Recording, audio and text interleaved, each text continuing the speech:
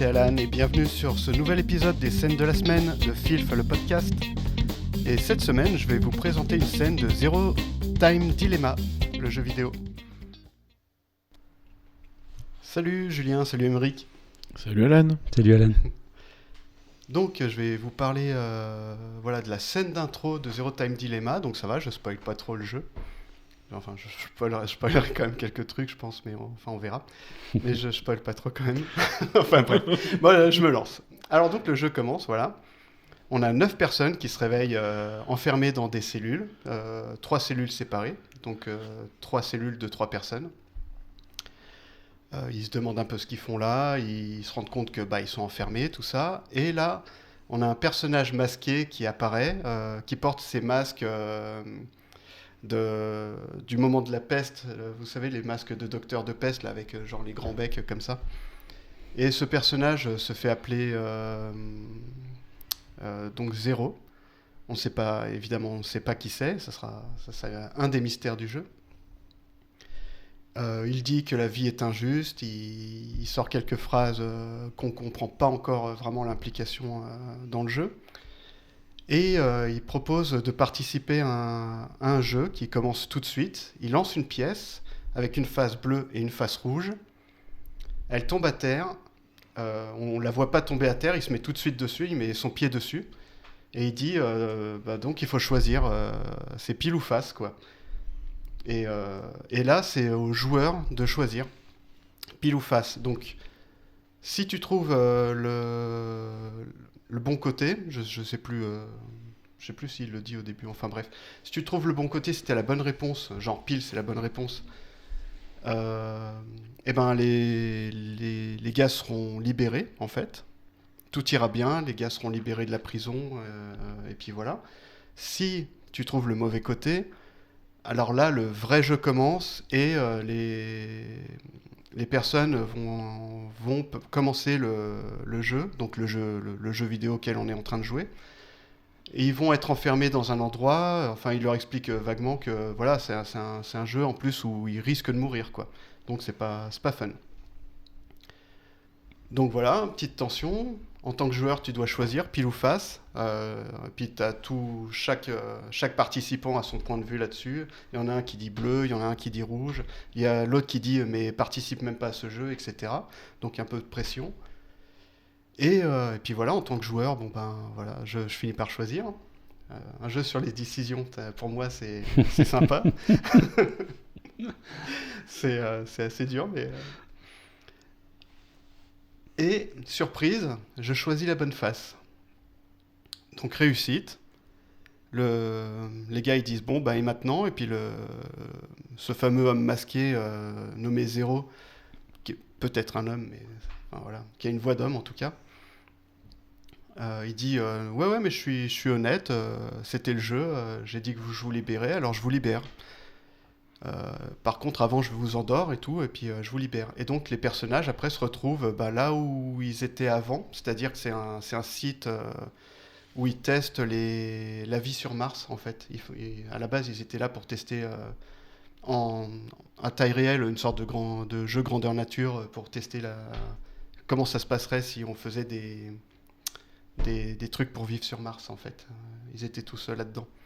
Un biodôme Un biodôme, ouais, exactement, ouais, c'est ça, ouais. Et ils se retrouvent tous devant, avec pas vraiment le souvenir de ce qui s'est passé, avec des vagues souvenirs de ce qui s'est passé.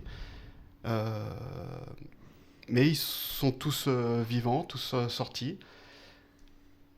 Le générique qui arrive. Fin du jeu. Voilà. Et t'as gagné. C'est sérieux? Ouais, sérieux. Combien il coûte le jeu? Non mais c'est ça qui est trop bien en fait, c'est pour ça que je parle de cette scène. Parce qu'en plus c'est une vraie fin qui est bonne en fait. Effectivement les personnages sont sauvés et tout finit bien.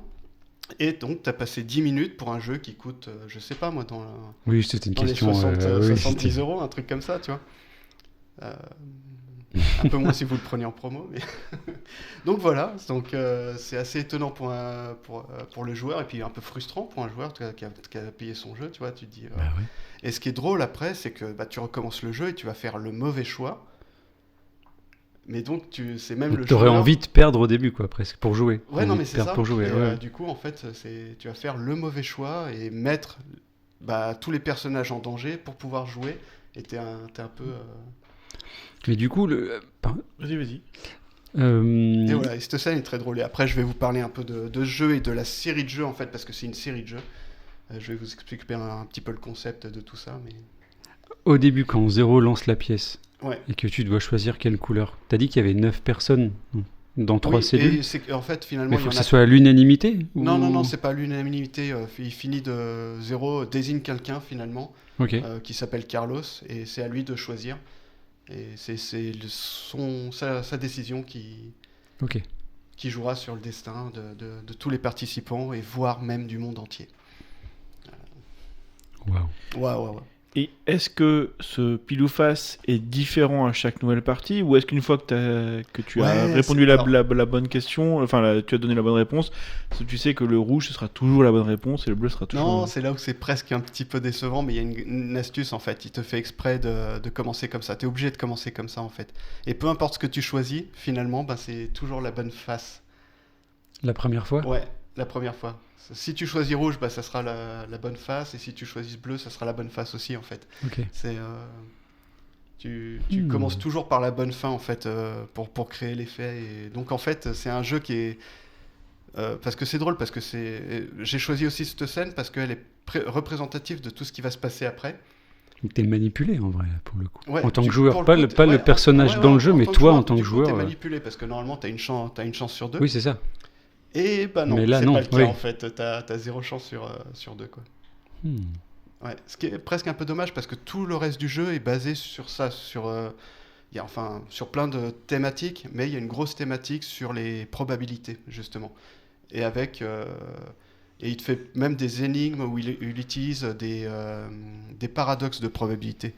Ça c'est assez cool. Et c'est des paradoxes seulement dans les énoncés, pas dans la résolution finalement. Enfin bref. Parce que l'auteur de ces jeux aime bien les maths aussi, donc il y a souvent des trucs un peu mathématiques derrière. Voilà. Ok. Et donc, ce jeu fait partie donc d'une série de 3 jeux, c'est les Zero Escape. Alors ça a commencé par 9... alors c'est en anglais, hein. Du coup il n'est pas traduit en français, c'est pour ça qu'il est un peu moins connu. Le premier c'est 9 Person, 9 Dawn, 9 Hours, je crois que je le dis pas dans le bon sens. Le deuxième, c'est Virtue's Last Reward. Virtue's Last Reward, ouais. Et le dernier, c'est donc Zero Time Dilemma. Et le dernier se passe avant le deuxième, mais c'est logique dans la chronologie de l'histoire, en fait. C'est des jeux qui poussent... Donc, c'est des visual novels, donc c'est vraiment des jeux plutôt basés sur le scénario et les dialogues, en fait, entre personnages. Tu joues pas beaucoup, tu appuies sur le bouton pour passer les dialogues, en fait. Et c'est parsementé, comment on dit, parsemé, Oui. parsemé d'escape games en fait, et de très bons escape games en fait. Et c'est pour ça aussi que j'aime bien le jeu, parce que t'es coincé souvent dans une pièce à résoudre des énigmes, et enfin c'est des bons escapes, toujours assez inventifs à chaque fois. Donc voilà. Et donc le jeu va... Ce que j'aime beaucoup dans ces jeux-là, en fait, j'ai commencé du coup par le deuxième. Chaque jeu peut être pris indépendamment, c'est ça qui est marrant, mais il vaut mieux les faire quand même d'affilée. Et chaque jeu va avoir des twists et des révélations complètement dingues, quoi. C'est le mec qui a fait Sixième Sens, Night Shyamalan, c'est un petit joueur à côté, hein. Franchement, c'est à la fin du 2, mais tu te prends des révélations sur révélations. Alors, faut vraiment jouer longtemps et puis attendre la fin pour enfin que ça se révèle un peu, mais tu prends des révélations de ouf. Enfin, ça va même un peu trop loin, mais moi j'adore. Quelle année tu dis qu'il est sorti ce jeu ? Oh, j'ai pas noté. Je sais plus. Le premier est sorti sur 3DS, ou non, sur DS, je crois, même, ou peut-être 3DS, je sais plus. Et donc, il utilisait les 2 écrans pour faire les énigmes, d'ailleurs. Donc le premier c'était 2009 et celui-ci j'ai regardé c'est 2016. Ok. Et je te demandais ça parce que... En fait, il y a eu pas mal de temps avant le troisième, il a mis du temps à le faire, je crois, non ? Oui, non, mais au-delà de ça, c'est que 2 ans avant était sorti Far Cry 4. qui commençait aussi sur un choix, un pile ou face du joueur moins radical que ce que tu as décrit, mais qui commençait par le joueur qui arrive chez le grand méchant du jeu, qui est un tyran sadique, qui l'accueille, donc qui accueille le joueur à sa table, qui lui explique qu'il aime beaucoup sa mère, qu'il lui arrivera rien, et que là il s'excuse, mais qu'il doit aller torturer quelqu'un à côté. Et donc il sort de la pièce, tu entends des cris, et là le jeu commence. Donc le principe, c'est avec ce grand malade qui a fait une grande tirade où c'est n'importe quoi. La réaction qui est cherchée, c'est que le joueur fuit rapidement cette salle pour que le jeu commence.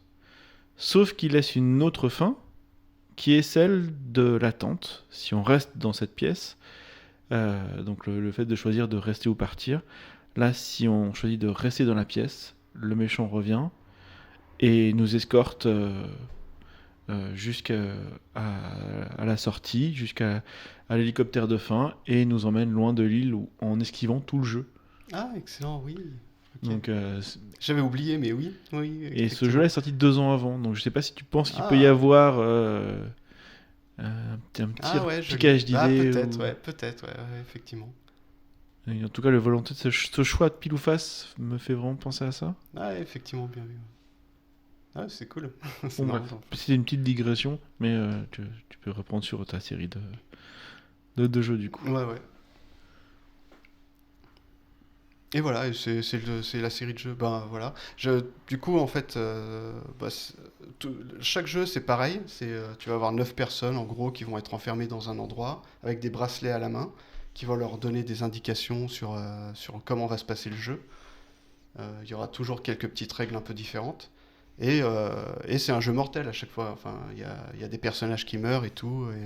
Et petit à petit, tu vas découvrir chaque personnage, leur personnalité. Et chaque personnage ont toujours un aspect très fort caractérisé. Mais ils cachent toujours quelque chose de bien plus profond à côté de ça. Ça, j'aime bien aussi. Ce sont des jeux à fin multiple, donc si tu arrives à sauver tout le monde... Non, ça c'est pareil, c'est compliqué en fait. C'est du jeu à fin multiple. Ou alors t'as pas le choix, de toute façon le jeu il te fait croire que t'as le choix, mais tu l'as pas. Un petit peu, je sais pas comment dire. C'est des jeux à fin multiple. Il a répondu oui et non. Le problème, c'est que c'est ça en plus. Mais les deux réponses sont vraies. Répondre ça pour pas trop spoiler non plus tout le jeu. Mais ce que j'aime, c'est qu'en fait, le jeu va prendre ce côté jeu narratif avec plusieurs branches et donc plusieurs fins possibles. Mais au final, c'était un Pong. Non. Mais au final, en fait, il va incorporer tout ce gameplay dans le scénario. En fait, c'est pas anodin qu'il y ait des embranchements et des choses comme ça. Ça fait partie du scénar. Sur quel support tu trouves ces jeux ? Maintenant, il est disponible. Ils ont ressorti les 2 premiers jeux sous le titre de The Nonary Game sur PlayStation 4 en tout cas. Okay. Je sais pas si peut-être le 5 aussi. Ouais, je crois le 5 aussi. Sur Steam, je crois aussi il y est. Oui, Steam, oui, c'est sûr. Et puis Zero Time Dilemma, ça doit être un peu pareil. PlayStation, Steam, tout ça. Quand tu dis qu'il prend ces éléments et ces embranchements pour s'en servir dans le gameplay.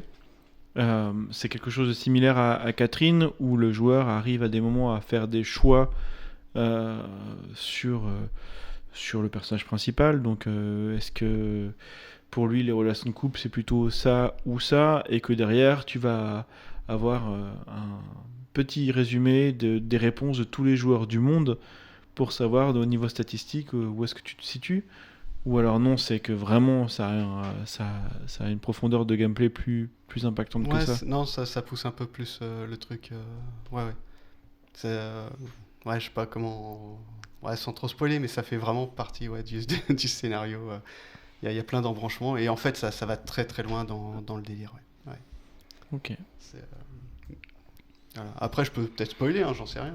Peut-être pas. On s'en fout, mais ou alors on peut faire la partie spoil et puis là j'explique 2-3 trucs du jeu. Alors sans moi, parce que moi du coup j'ai envie d'y jouer. D'accord. Je connais pas du tout et du coup ça me...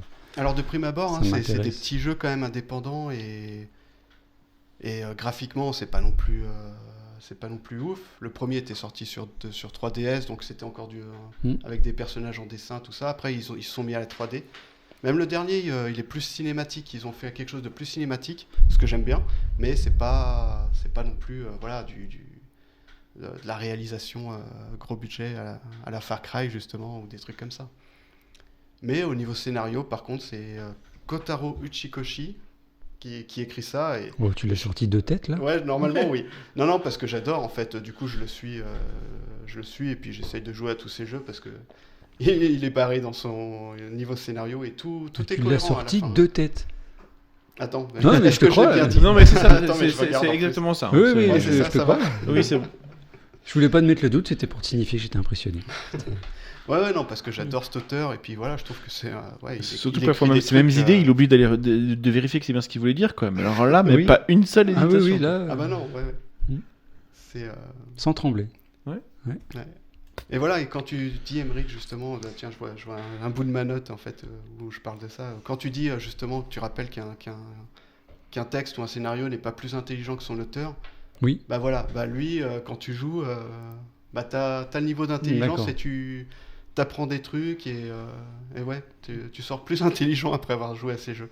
Même s'il y a le côté japonais avec des blagues vaseuses, avec des blagues de cul des fois un peu mal placées, des machins comme ça, mais au-delà de ça, ouais, il pousse le délire de la science, de l'exercice de pensée aussi. Il va le mettre dans le jeu vidéo, des choses qui seraient qu'un exercice de pensée pour imaginer des situations scientifiques. Bah, du coup, il s'amuse à le mettre dans ses jeux vidéo, tu vois.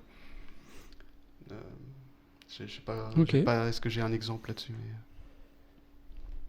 Non, ouais, là comme ça, non, mais pas c'est d'exemple. déjà bien. Ouais, hein. ouais.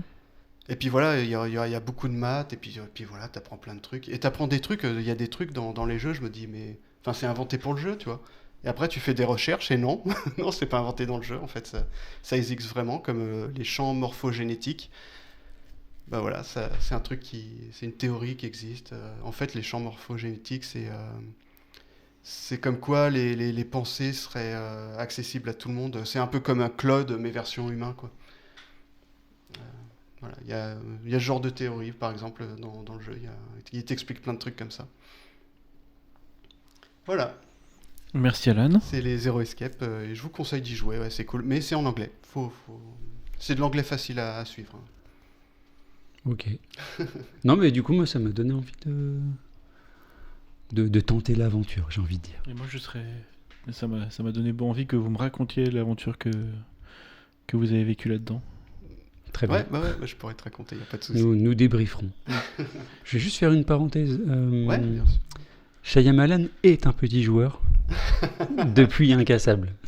Oh. Tout ce qui est post-Incassable, si donne-moi un... Bon, c'est pas l'objet de cette émission, mais à l'occasion, tu me donneras un film après Incassable qui vaut le coup d'être vu. Oui, où tu dis, ah ouais, il là... mettait des twists, mais en fait, il devrait même arrêter de mettre des twists. Il faut qu'il arrête, on s'attend à avoir un twist. Tu Ouais, vas voir un c'est... Shyamalan, tu te dis, tiens, quel twist alors il qu'il va a autre m'amener. chose à offrir que des twists, en Tout plus, à fait. ce réalisateur. Tout à fait. Ouais. C'était pour le... Mais oui, effectivement. C'était gratuit. Voilà, c'était tout à fait gratuit, sans regret. Et merci de m'avoir donné envie de jouer à Zero Time Dilemma. Bah, je t'en prie. Bah, salut, merci de nous avoir écoutés, et puis à bientôt. Salut. Et oui, et non, en fait, j'ai oublié. Oui, du coup, je voulais dire... Le retour. Le retour. C'était pas tout à fait fini, en fait. Je sais même plus ce que je voulais dire. Si, t'as dit... Tu parlais du 2, voilà, que c'était ton préféré et tout. Ah oui, en fait, souvent, avant de jouer à ce jeu, dès que je regardais un film ou un truc comme ça, souvent j'anticipe un peu trop, en fait, je m'emballe, j'anticipe un peu trop le film, et je me dis, ouais, ça va être dingue, il va se passer ça et tout. Et souvent, je suis un petit peu déçu, parce que finalement, les scénaristes, ils vont jamais aussi loin que ce qu'il y a dans ma tête. Sauf ce jeu-là, sauf les Zero Time Dilemma, où il arrive à aller beaucoup plus loin que ce que j'ai dans la tête. Et c'est pour ça aussi que ça m'a bien peu posé. Parce que, voilà, j'imagine, je dis, oh, ça peut être ça. Et le mec, il va 2 crans, 3 crans au-dessus de ce que tu peux imaginer, quoi. Donc c'est un jeu qui se passe dans la tête de qui? Qui se passe dans la tête de qui? Non, même pas, du coup. C'est bien. Enfin, je crois.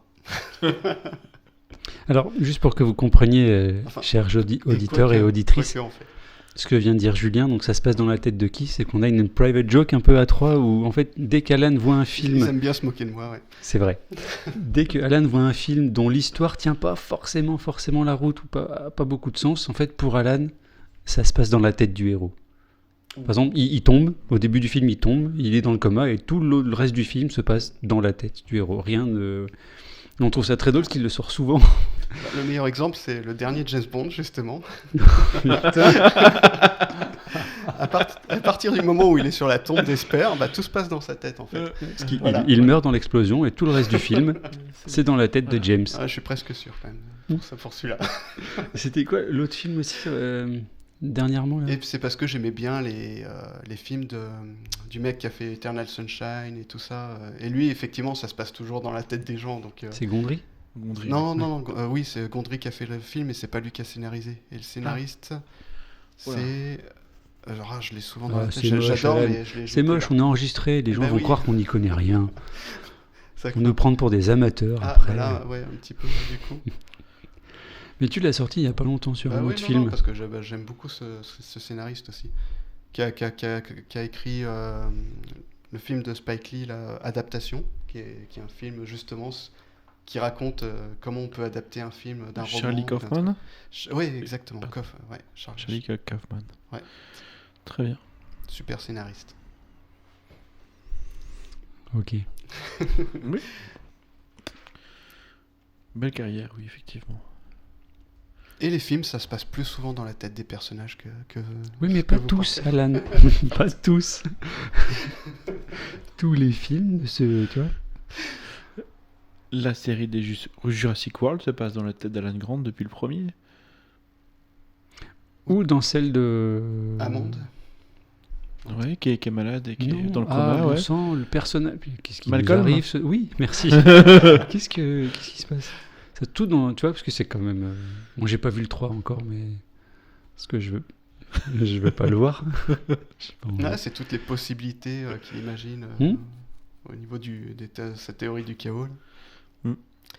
Enfin bref. Donc, voilà, vous l'aurez appris ici, avant tout le monde. Tous les Jurassic Park, après le premier, se passent dans la tête de Malcolm. Non, c'est pas ma théorie. Il tombe, il se cogne, et du coup, il est dans le coma, et tout ça, c'est dans sa tête. C'est dans la tête du vélociraptor. Bon, je crois ça devient n'importe quoi. Il est temps de clôturer cet épisode. Une deuxième fois. Une deuxième fois. Merci Alain. Merci à tous. Salut. Merci.